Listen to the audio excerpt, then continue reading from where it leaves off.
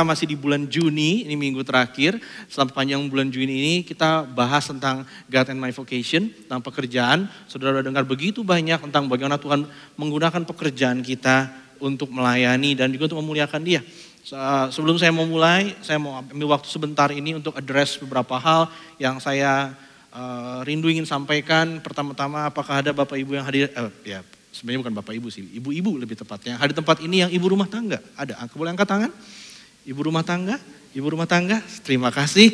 Saya mau bilang terima kasih ya ibu-ibu sudah mau bantu urus rumah tangga. Itu pekerjaan yang gak ada habisnya. Dan berkat ibu-ibu para bapak bisa berangkat kerja dengan tenang sebenarnya gitu. Ya, terima kasih. Udah waktu pulang berusaha sebaik mungkin supaya rumah tuh rapi, pakaian udah dicuci dan sebagainya. Terima kasih. Itu menolong banget. Kalau enggak kami para bapak-bapak mesti nyuci dulu gitu kan. Mesti ngapa-ngapain dulu. Terima kasih banyak. Saya bisa bekerja, beraktivitas. Satunya berkat ya, ada istri saya di sini cover begitu banyak hal sehingga saya bisa urus pekerjaan saya. Juga adakah di sini yang para oma, nenek, popo, opung, eyang ada di sini? Boleh angkat tangan kalau ada. Kalau nggak ada, Bapak Ibu Saudara harus say thank you sama mereka, khususnya mereka yang mau bantu urus anak, urus cucu. Sehingga Bapak Ibu Saudara bisa pergi keluar, kerja dengan tenang, bahkan bisa me time, ya, bisa date night gitu kan ya, tanpa perlu mikir tentang anak-anak karena mereka mau diganggu. Gitu. Terima kasih juga buat semua kesabarannya. Saya perlu dari situ. Satu lagi, adakah di sini mungkin yang asisten rumah tangga, babysitter yang duduk bersama-sama di ruangan ini? Siapa tahu ada. Tuhan memakai pekerjaan saudara-saudara dengan sangat luar biasa, menolong banyak keluarga di tempat ini. Terima kasih buat pekerjaan tersebut. Saya mau thank you untuk itu juga. Saya nggak punya ART dan babysitter, tapi saya melihat betapa enaknya keluarga-keluarga yang punya itu, gitu kan ya. Dan terima kasih mungkin ada supir di sini. Kita udah mengerti bahwa udah belajar sepanjang bulan bahwa semua pekerjaan itu berharga di mata Tuhan. Ya, selama kita menggunakannya untuk melayani orang-orang, menyalurkan kasih kepada orang-orang, sehingga orang-orang bisa mengucap syukur lewat pekerjaan kita, maka kita mengerjakan pekerjaan Tuhan, gitu ya. Nah, bagian saya pada minggu terakhir ini, saya beri judul You Can Relax, masih dalam rangkaian God and My Vocation, yaitu satu lagi masih membahas tentang apa peran serta Tuhan, bagaimana keberadaan iman, atau lebih tepatnya kasih karunia mewarnai pekerjaan kita, bagaimana kita melakukan pekerjaan kita. Saya akan mulai dengan bagaimana kasih karunia bisa begitu mewarnai pekerjaan kita, karena pekerjaan tanpa kasih karunia itu dapat berakhir dengan perasaan sia-sia dan hampa.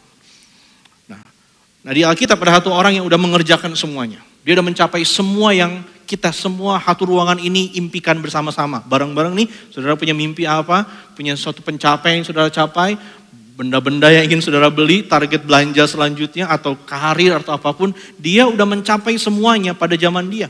Gak ada yang kayak dia sebelum dia lahir dan gak akan ada yang seperti dia setelah dia mati.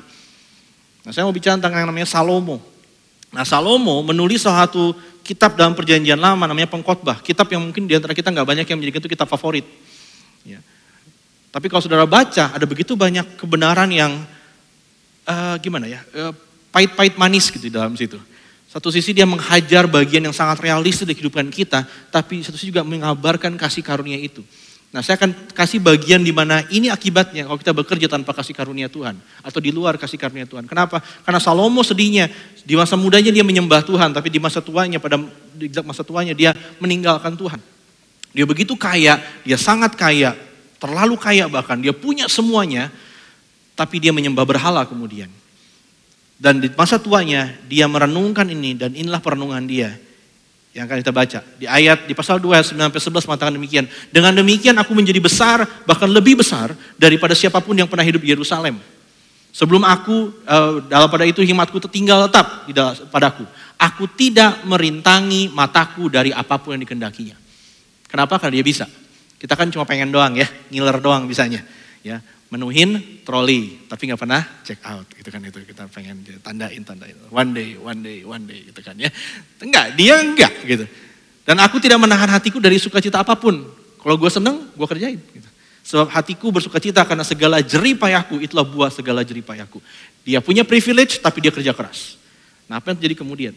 Ayat 11 dia bilang gini, ketika aku meneliti segala pekerjaan yang telah dilakukan tanganku dan segala usaha yang kulakukan untuk itu dengan jerih payah, lihatlah segala sesuatu, saya ulangi, segala sesuatu adalah kesia-siaan dan usaha menjaring angin. Memang tak ada keuntungan di bawah matahari. Nah, kalau kita baca kesia-siaan, Bapak Ibu setiap kali ketemu kata kesia-siaan di Alkitab, umumnya maknanya begini, bukan berarti nggak ada hasilnya.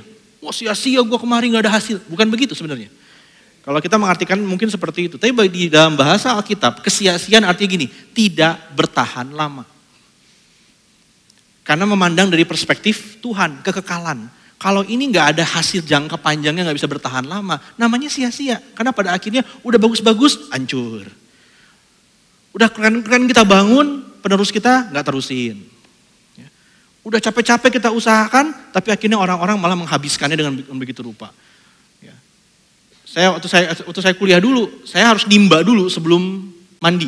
Jadi saya harus isi dulu bak mandi di lantai 2, karena saya di kamar lantai 2, pakai timbanya tuh pompa dragon, nggak tahu nih yang ya kembali masa tua ya, yang mesti diginiin tuh, digituin, isi ceklek, bawa ember, isi kamar mandi. Saya kerjakan itu pagi-pagi karena mau berangkat kuliah. Udah selesai saya isi penuh, saya pakai sedikit mungkin supaya saya bisa bertahan sampai nanti sore.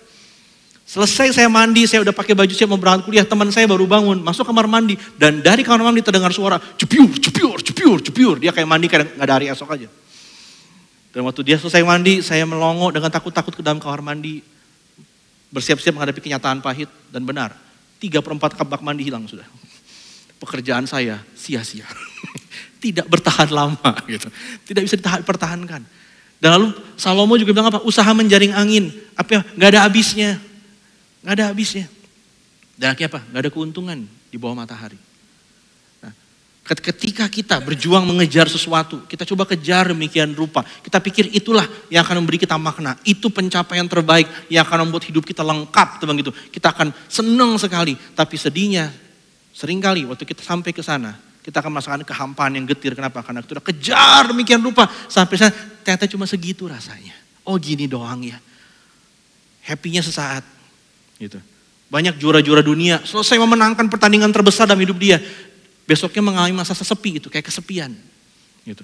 Dan dia harus berjuang dengan rasa haus lagi. Kenapa? Saya harus pertahankan lagi, waktu istirahat gak banyak, tahun depan saya mesti pertahankan lagi. Dan itu membuat mereka begitu lelah, banyak di antara mereka bahkan belum sampai 40 sudah bosan hidup gitu.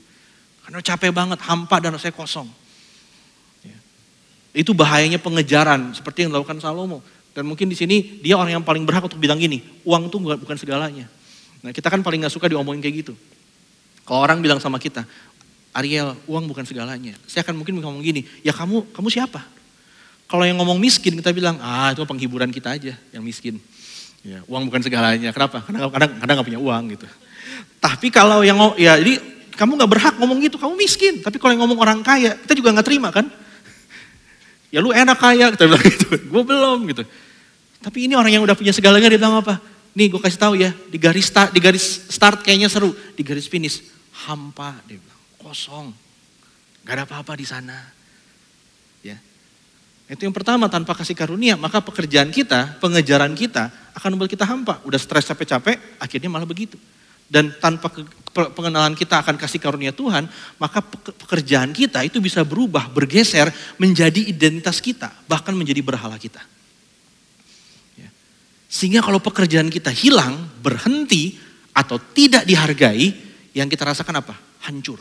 Kita merasa diri kita yang gak dihargai. Kita merasa kita hilang, sirna bersama dengan pekerjaan kita. Waktu saya lagi pernah perjalanan pelayanan ke Lembang, suatu malam saya nyetir sendirian malam gitu. Dalam ngerenung, ya otak introvert saya lagi jalan, dan dia masuk ke dalam, dia kayak mikir, muncul pertanyaan seperti ini. Saya nggak tahu apakah mungkin para suami-suami atau para laki-laki pernah mikir kayak gini.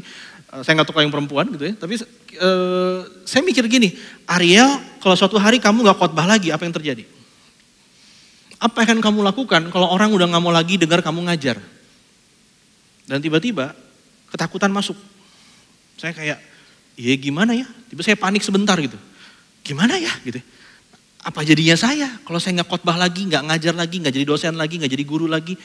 Ya. Apa yang akan saya lakukan ya Tuhan gitu. Pernah saudara yang mikir gitu? Ya. Banyak orang mereka takut pensiun, waktu masih muda pengen pensiun dini, begitu sampai pensiun, pengen mati aja rasanya gitu. Kenapa? Karena ternyata kita ketakutan bahwa kita nggak berfungsi lagi. Ada orang-orang di sini mungkin yang bergumul gini, karena mungkin udah tambah tua, kita merasa bahwa kita makin gak relevan sama dunia ini. Kita coba keep up sama semua yang di dunia ini, tapi dunia ini terlalu cepat bergerak, akhirnya lama kita ketinggalan. Berapa di antara kita masih struggling kejar, berapa di antara kita ada yang udah nyerah, udahlah saya udah gak bisa ngikutin. Tapi apapun keputusan kita menyadari bahwa betapa tidak enaknya punya rasa tidak berharga, tidak bermakna, tidak berfungsi, tidak bermanfaat. Mungkin ada yang karena udah tua merasa gini, aduh saya udah gak guna lagi. Lalu kita merasa sedih, kita merasa bahwa anak-anak kita gak butuh kita lagi. Ya. Atau mungkin ada yang lagi berjuang juga dengan karir atau apapun bahwa sepertinya kita makin gak dibutuhin. Nah itu perasaan yang gak enak. Kenapa? Karena biasanya kita mengaitkan diri kita dengan pekerjaan tersebut. Bahwa kalau pekerjaan kita tidak dihargai, tidak dicari, tidak berguna, kita merasa diri kita tidak berguna. Dan tanpa sadar kita menjadikan pekerjaan kita menjadi berhala sebenarnya. Nah, untuk itu saya mau ajak Bapak Ibu untuk lihat dua cerita ini. Yang pertama, ada seorang namanya Paulina Porizkova. Wah namanya eksotik ya. Boleh kalau mau buka handphone, mau di googling boleh sekarang ya. Dikasih izin. Ya namanya Paulina Porizkova. Saya nggak ada waktu untuk kita panjang lebar. Kisah hidup dia lumayan panjang dan unik. Dia masih hidup sampai hari ini. Dia itu lahir di Eropa Timur. Dan waktu umur 3 tahun dia ditinggalkan oleh orang tuanya. Orang tuanya kabur meninggalkan negara-negara komunis, seperti itu di negara yang masih dikuasai komunis pada waktu itu. Dan itu menyisakan luka dalam diri Paulina bahwa dia merasa ditinggalkan dan dia tidak cukup berharga untuk dipertahankan. Nah makin dia dewasa dia menemukan bahwa ternyata dia punya sesuatu yang berharga. Itu apa? Bisa tebak? Kecantikannya. Cantik ya? Ya ini foto lagi dia masih muda, ini foto lagi dia masih tua. Bahkan Bapak Ibu sudah mungkin setuju, ketika dia sudah tua sekalipun dia tetap cantik. Usianya sekitar 60-an. Tapi makin dan dia tuh pernah mengalami masa-masa dia tuh jaya banget, di kontrak mahal, bahkan di usia belum nyampe 20-an awal, dia tuh menikah dengan seorang vokalis band terkenal pada waktu itu. Ya, menikah dia dapat kontrak luar biasa, orang cari dia. Tapi ini yang Paulina temukan, bahwa ternyata ada musuh besar dia, namanya waktu. Semakin dia tua, semakin dia bertambah umur, dunia modeling itu dunia yang kejam karena kamu bahkan belum nyampe 30, orang udah gak mau pakai kamu. Kamu dianggap sudah tua, kamu gak tambah jelek, enggak, tapi kamu tua aja gitu. Dan gak cuma itu, waktu ini membawa tubuh dia juga, tubuh dia makin tidak menarik. Sedihnya, suaminya meninggalkan dia kemudian. Ya. Dan ketika dia ditinggalkan, dia coba untuk kencan lagi, cari cowok lagi, dia menemukan fakta gak enak bahwa laki-laki suka sama dia, tapi selalu mencari yang lebih muda. Dia ngalamin bahwa dia ngobrol di party, udah pakai baju seksi dan bagaimana, dan dia cantik luar biasa loh. Bapak Ibu sekalian, dia bilang umurnya 60, dia masih bisa pakai baju waktu dia usia 20. Dan itu mimpi berapa ibu-ibu di sini? Berapa bapak juga mimpi seperti itu. Gitu ya. Dia bisa pakai itu. Dan ketika dia udah pakai semua yang cantik, laki-laki ngobrol sama dia, lewatlah seorang perempuan yang lebih muda dan mereka meninggalkan Paulina untuk mencoba deketin cewek yang lebih muda itu. Sehingga dia lalu mati-matian dia bilang, saya melawan segala bentuk diskriminasi kepada orang tua. Lebih tepatnya perempuan tua yang cantik. Dia pengen tetap dicintai, dihargai, dan dia bilang itu menyisakan kehampaan dalam diri dia. Bagaimana suaminya meninggalkan dia, orang tuanya meninggalkan dia, para fans meninggalkan dia, karena dia sudah tidak punya lagi yang berharga, itu apa? Kecantikannya dia rasa. Nah ini bagi yang punya kecantikan. Sekarang gimana dengan yang sukses? Ya, gitu. Will Smith itu gak ada yang bisa berdebat bahwa dia salah satu aktor sukses di dunia pada zaman ini. Will Smith punya beberapa kisah yang gak enak di masa kecil dia. Dia melihat mamahnya dipukul oleh bapaknya dan dia gak bisa berbuat apa-apa. Nah waktu dia mulai dewasa, dia udah mulai coba merintis karir acting dia pacaran dan pacarnya berselingkuh dengan orang lain meninggalkan dia. Gitu ya. Dan dia lalu berjanji dalam diri gini, saya akan jadi begitu sukses sehingga tidak akan ada perempuan nanti kalau jadi pasangan saya yang akan berselingkuh. Karena saya begitu suksesnya. Apa suksesnya? Menjadi aktor nomor 1 di dunia. Dan dia lakukan semuanya. Iya, semuanya dia kerjakan. Dia gila kerja, dia kerjakan semua. Dia bilang, kamu gak akan bisa melampaui kerasnya usaha saya. Saya akan bangun lebih pagi daripada semua orang lain. You can't outwork me, katanya. Saya kerja keras demikian rupa. Dan iya, dia berhasil. Dia punya keluarga, dia punya anak-anak, dia punya istri, dia punya karir, orang-orang respect sama dia. Sampai akhirnya istrinya berselingkuh dengan orang lain. Dengan laki-laki yang lebih muda, sahabat dari anaknya sendiri. Dan itu pukulan berat buat Will Smith.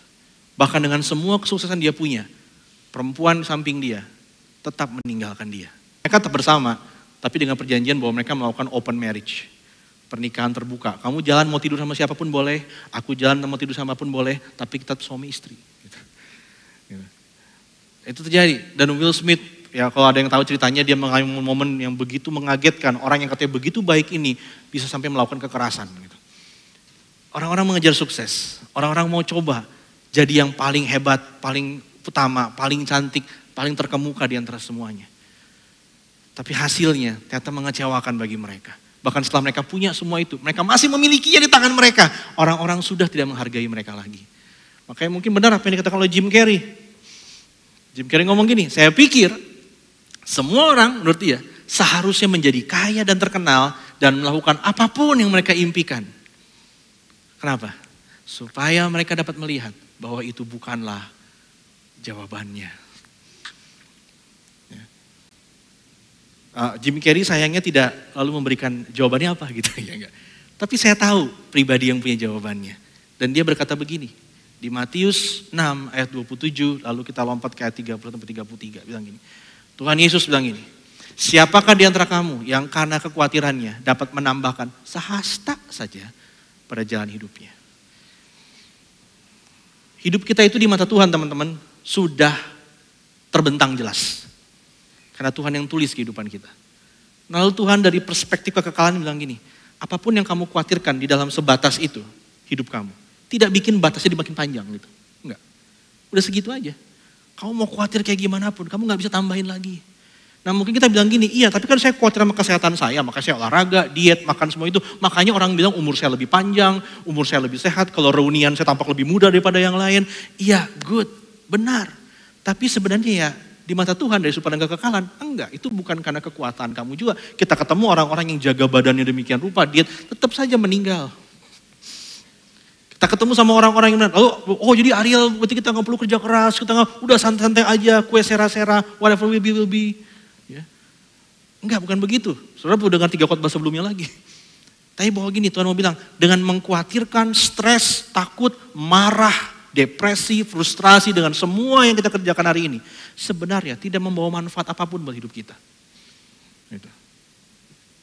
Lalu dia bilang seperti ini di ayat 30-32, tapi ya, sebab itu janganlah kamu khawatir. Dan berkata, apa yang kami makan, apa yang kami minum, apa yang kami pakai. Semua itu dicari bangsa-bangsa yang tidak mengenal Allah. Orang-orang yang khawatir dan kejar semuanya itu.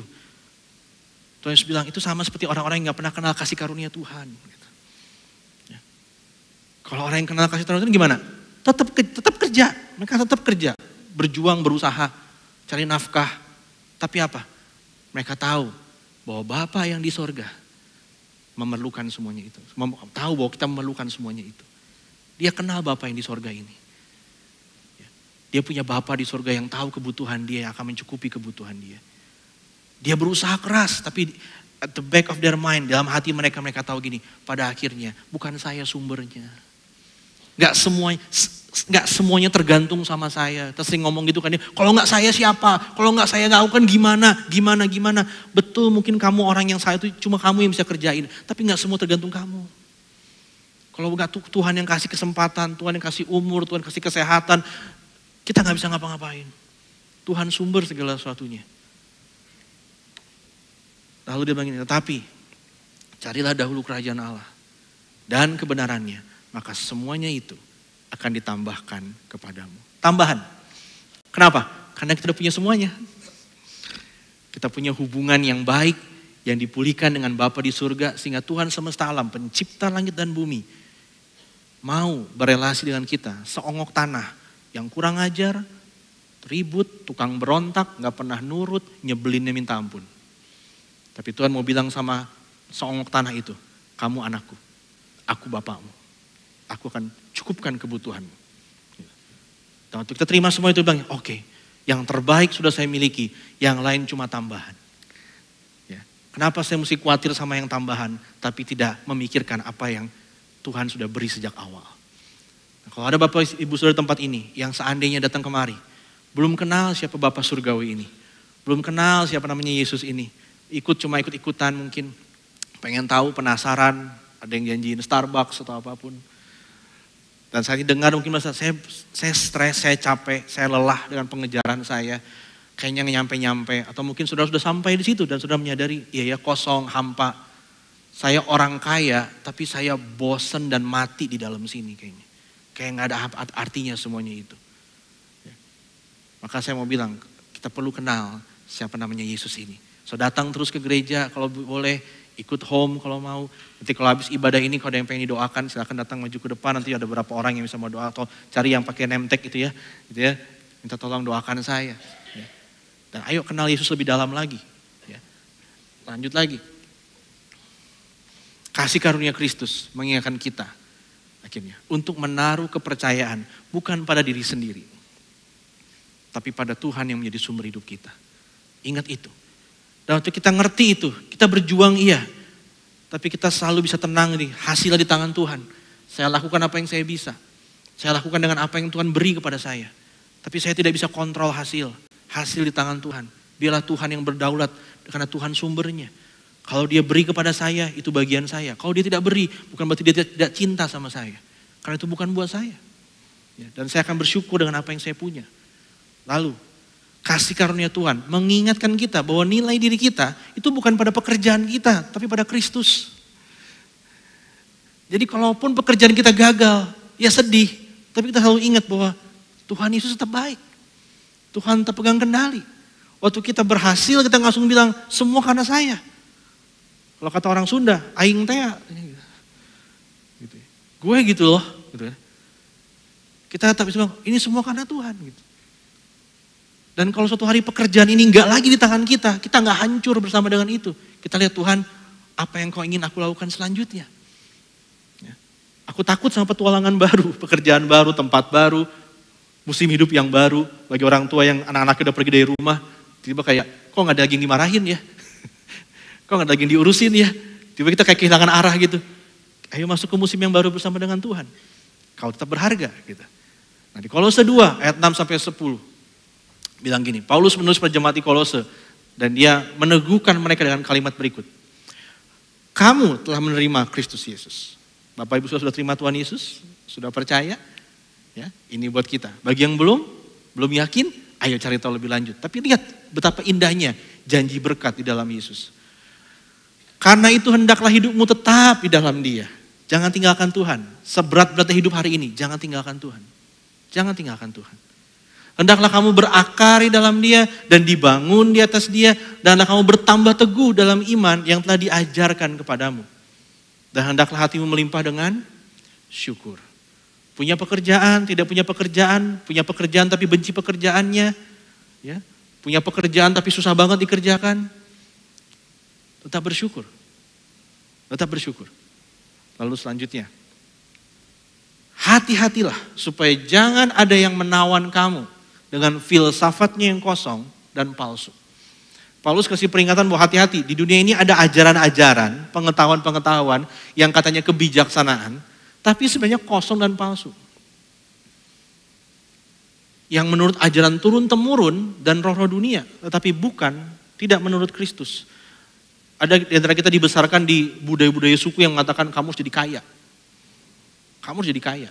Kamu harus berprestasi. Kamu harus jadi juara. Di rumah tangga kita mungkin ada yang rumah tangganya kan penuh dengan termotivasi banget untuk jadi nomor 1 gitu kan ya. Sehingga waktu kita jadi nomor 2 kita kayaknya kurang daripada yang lain. Gitu. Ada orang tua yang lalu mungkin mengasih tahu anaknya, kamu harus begini demi untuk memenuhi harapannya. Kadang-kadang itu sebenarnya terdengar bijaksana, motivasional yang keren, tapi kalau kita bandingkan dengan kebenaran Alkitab, apa? Palsu, hampa, kosong. Gitu. Gak menurut Kristus, bukan begitu. Bukan itu yang Tuhan kehendaki. Nah hati-hati dengan cara seperti itu. Maka kita perlu mengenal firman Tuhan. Lalu selanjutnya dia bilang gini, sebab dalam Dialah. Kenapa mesti begitu Paulus? Sebab dalam Dialah berdiam secara jasmania. Dalam Tuhanlah, dalam Kristus itu.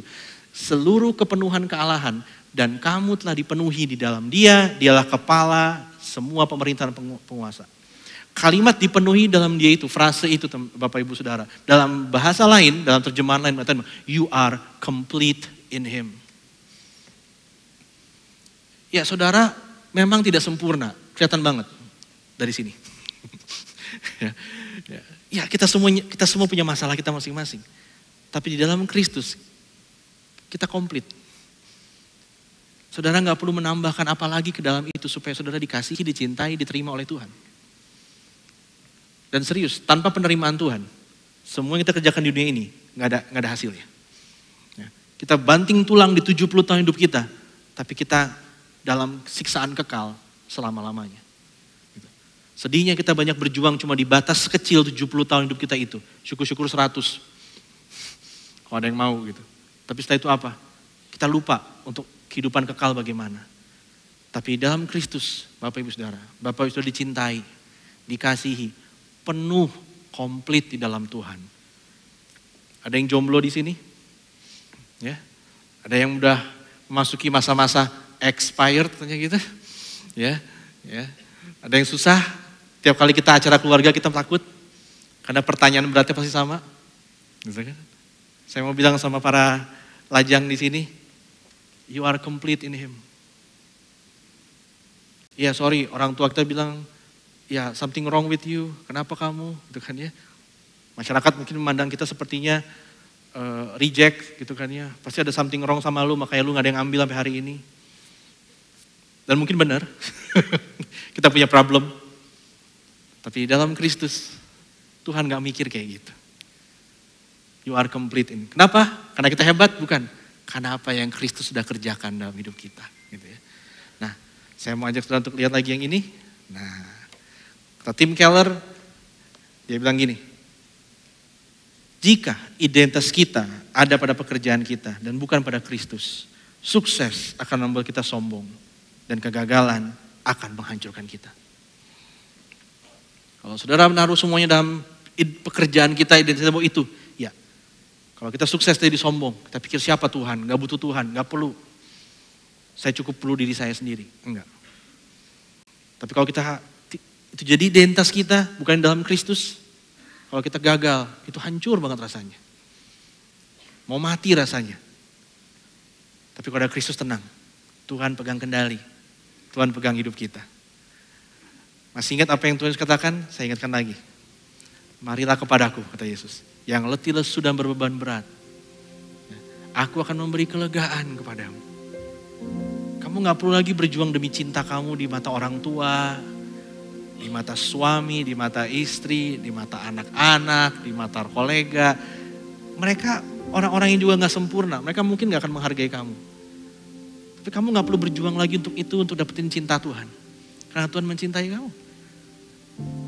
Apa kalau kamu jadi pemalas? Enggak, Tuhan bilang, pikulah kuk yang kupasang dan belajarlah padaku karena aku lemah lembut dan rendah hati. Dan jiwamu akan mendapat ketenangan, relax. Sebab kuk yang kupasang itu enak dan bebanku pun ringan. Kita masih akan bekerja, terus bekerja. Tapi nilai kita bukan di situ lagi. Karena kita tahu nilai kita ada dalam Kristus. Yang sudah mengerjakan semuanya. Sehingga kita dicintai dengan penuh oleh Tuhan. Hanya di dalam Kristus ada kelegaan dan ketenangan. Di tengah-tengah tekanan dan tuntutan dunia dan pekerjaan. Nah sekarang beberapa tips sederhana untuk Bapak Ibu Saudara. Gimana caranya supaya kita bisa relax dalam pekerjaan kita. Bisa tenang seperti itu. Yang pertama, baca kitab suci, doa tiap hari. Sebelum, sewaktu, dan setelah bekerja. Ambil waktu. Bukan karena pengen terlihat religius. Karena otak kita perlu dikalibrasi terus. Ya, kalibrasi gospel librasi kalau saya bilangnya gitu. Karena mesti ingat terus kasih karunia Tuhan. Saya bekerja bisa karena Tuhan. Saya tengah pekerjaan itu bisa karena Tuhan. Saya bisa selesaikan pekerjaan dan dapat hasil itu juga karena Tuhan. Kita selalu harus lihat itu. Lalu apa? Ambil waktu untuk mengasihi orang. Para bapak di sini, ya, para pencari nafkah. Saya tahu kita sering kali mengatakan gini, kan saya kerja karena saya sayang keluarga saya. Betul. Thank you so much. Sangat terima kasih banget buat pekerjaan dan usaha keras bapak-bapak sekalian. Tapi tetap kita perlu waktu untuk beri kepada orang-orang yang kita cintai. Untuk duduk sama mereka, bareng sama mereka. Sayangnya anak-anak kita bukan ungrateful sama kita. Mereka gak ngerti apa yang kita hadapi di kantor, iya toh? Mereka gak tahu perjuangan kita babak belur di dunia bisnis. Mereka gak ngerti. Yang mereka tahu gini, papa di mana? Papi main gak sama saya? So ada buat orang-orang yang tercintai. Kasih waktu buat mereka. Itu pun bagian dari kita untuk relax bahwa gini, sekalipun aku gak kerja, aku tahu Tuhan sediakan berkat buat aku dan anak-anakku. Gak semuanya mesti aku kerjain. Aku percaya sama Tuhan yang menyediakan buat aku, istriku, pasanganku, dan anak-anakku juga, bahkan sampai seterusnya.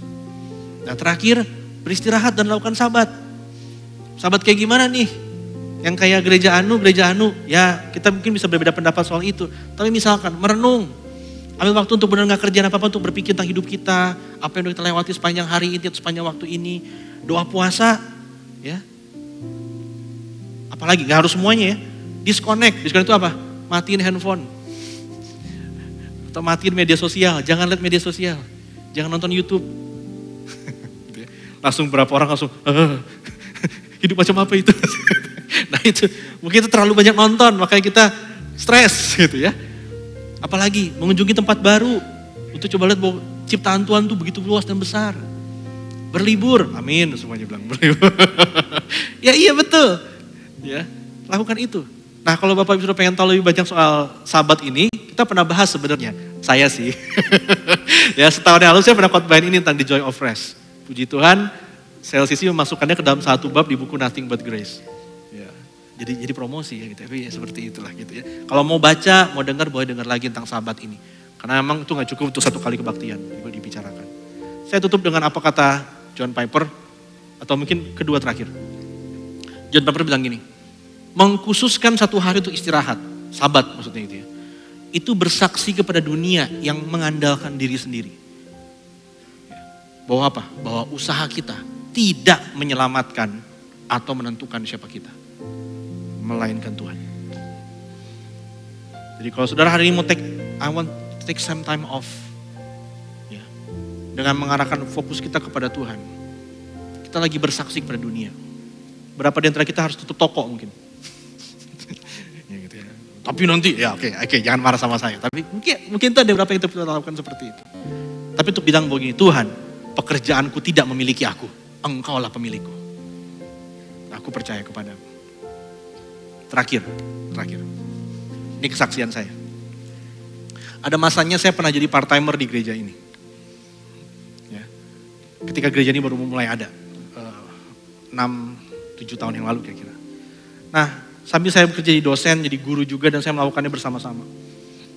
Suatu saat saya pernah ngalamin masa-masa bahwa semua yang saudara kerjain itu kayaknya salah aja gitu, kacau semuanya. Semua kacau di saat yang sama. Ya, saya dimarahin ya, di gereja, dimarahin di gereja. Jadi gak apa-apa, di gereja boleh marah loh. Ya, gitu ya. Saya dimarahin karena pekerjaan saya di gereja gak beres.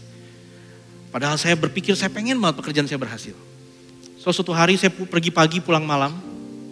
Sampai di rumah istri saya sudah tidur dan anak saya masih setahunan gitu udah tidur. So saya ngendap-ngendap masuk kamar. Lalu saya duduk di tepi tempat tidur, agak di lantai gitu, duduk dan saya mulai menangis. Saya merasa gini, saya pergi bekerja untuk sesuatu yang saya kira saya bisa kerjakan tapi saya gagal. Dimarahin lagi. Ketika saya pulang, saya gak bisa ngobrol sama istri saya. Dia udah tidur, capek. Dia juga kerja. Saya pengen main sama anak saya, dia udah tidur juga. Saya suami yang payah, bapak yang buruk. I'm a lousy father gitu. Dan saya merasa kayaknya hidup saya jelek banget hari itu. Tapi saya gak akan bilang suara Tuhan ngomong sama saya gak akan berani ngomong gitu. Cuma saya bilang gini, di hati saya muncul tapi begini. Tapi kamu tetap anaknya Bapak Surgawi, ya Ariel. Itu tidak berubah. Tuhan tetap mencintai kamu. Tuhan tetap sayang sama kamu. Gak peduli pencapaian kamu hari ini seperti apa. Kita kadang di pelayanan kita ngukur kita tuh bagus apa enggak, nyanyi kita bagus apa enggak, khotbah kita bagus apa enggak, orang-orang say thank you enggak sama kita. Dan kadang-kadang kalau kita gak dapet itu, kita rasa Tuhan saya jelek banget ya. Tapi Tuhan tetap mengasihi Bapak Ibu Saudara sekalian. Di hari yang baik maupun di hari yang buruk. So biar ini buat kita jadi bisa relax. Kita bisa relax sama hidup kita, tetap berusaha. Tapi juga bisa relax, kenapa? Karena tahu kita dicintai sebagai anak-anaknya. Mana ambil waktu merenungkan firman Tuhan ini dan semua kebenarannya. Sampai kita nyanyikan lagu, kita menyembah Tuhan, puji Tuhan. Sembahkan, Yes Lord. ya Allahku, Amin. ku tinggikan namamu selalu.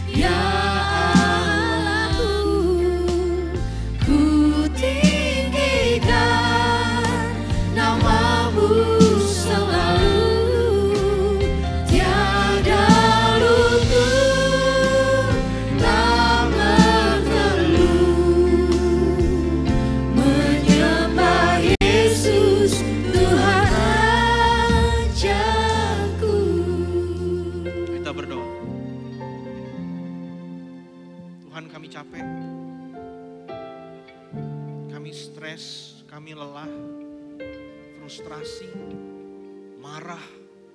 Tuhan, kami takut. Tapi Bapa Surgawi, tolong kuatkan kami hari ini. Bahwa Engkau pegang semuanya dalam tangan-Mu. Engkau tahu apa yang kami perlukan, butuhkan. Bukan cuma untuk kami, tapi juga anak-anak kami. Dan kami mau percayakan hidup kami dalam tangan-Mu. Kami mau istirahat. Kami mau rileks. Bukan karena kami malas. Tapi karena kami tahu Engkaulah sumbernya. Engkau sumber segalanya. Kami percayakan hidup kami dalam tangan-Mu. Tuhan, Kau pegang hidup kami, tuntun kami. Lewati hal-hal yang tidak pasti. Hal-hal yang begitu berat. Pekerjaan yang mungkin tidak enak. Masa depan yang tidak pasti, yang membingungkan. Tapi kami tahu Tuhan, Engkau ada di sana. Engkau selalu ada bersama dengan kami. Tolong kami di hari-hari di mana kami merasa gak berharga. Kami gagal. Kami orang tua yang payah, anak yang payah, pekerja yang payah, pelayan Tuhan yang payah. Tolong Tuhan, ingatkan kami bahwa harga yang Kau bayar di kayu salib begitu besar untuk selamatkan kami. Terima kasih Tuhan, karena kami dibuat berharga di mata-Mu. Bahkan kami punya Bapa yang baik, yang memelihara kami, yang tetap mengasihi kami, yang memampukan kami untuk berjalan terus, melakukan yang terbaik di bidang pekerjaan kami masing-masing. Terima kasih Tuhan, terima kasih sudah pelihara hidup kami sampai hari ini. Dan karena kami begitu bersyukur buat semua pemeliharaan Tuhan. Tuhan sudah memberi begitu banyak kepada kami berkecukupan. Kami tidak kekurangan apapun, sehat, makan cukup, minum cukup, bahkan berlebih. Kami punya lebih banyak dari apa yang kami perlukan. Terima kasih Tuhan. Dan bila dalam segala kecukupan itu, hati kami juga melimpah ucapan syukur. Dengan cara kami mau memberkati pekerjaan Tuhan di CLCC. Sehingga apa yang kami beri bisa dipakai untuk memberkati lebih banyak orang. Untuk mengabarkan Injil, menolong orang-orang yang kesusahan. Sehingga nama-Mu dipermuliakan. Kami memberi dengan sukacita karena kami juga tahu dan percaya. Seperti Tuhan sudah pelihara kami di hari-hari yang telah lewat. Tuhan akan terus pelihara kami di hari-hari yang akan datang. Berkati apa yang kami sampai berikan ini Tuhan, biar itu menyenangkan hati-Mu. Terima kasih Tuhan, terima kasih. Terima kasih buat pekerjaan, terima kasih buat hasil, terima kasih untuk jaminan hari depan di dalam tangan Tuhan. Di dalam nama Yesus kami sudah berdoa. Amin. Selamat memberi Bapak Ibu Saudara sekalian, Tuhan berkati.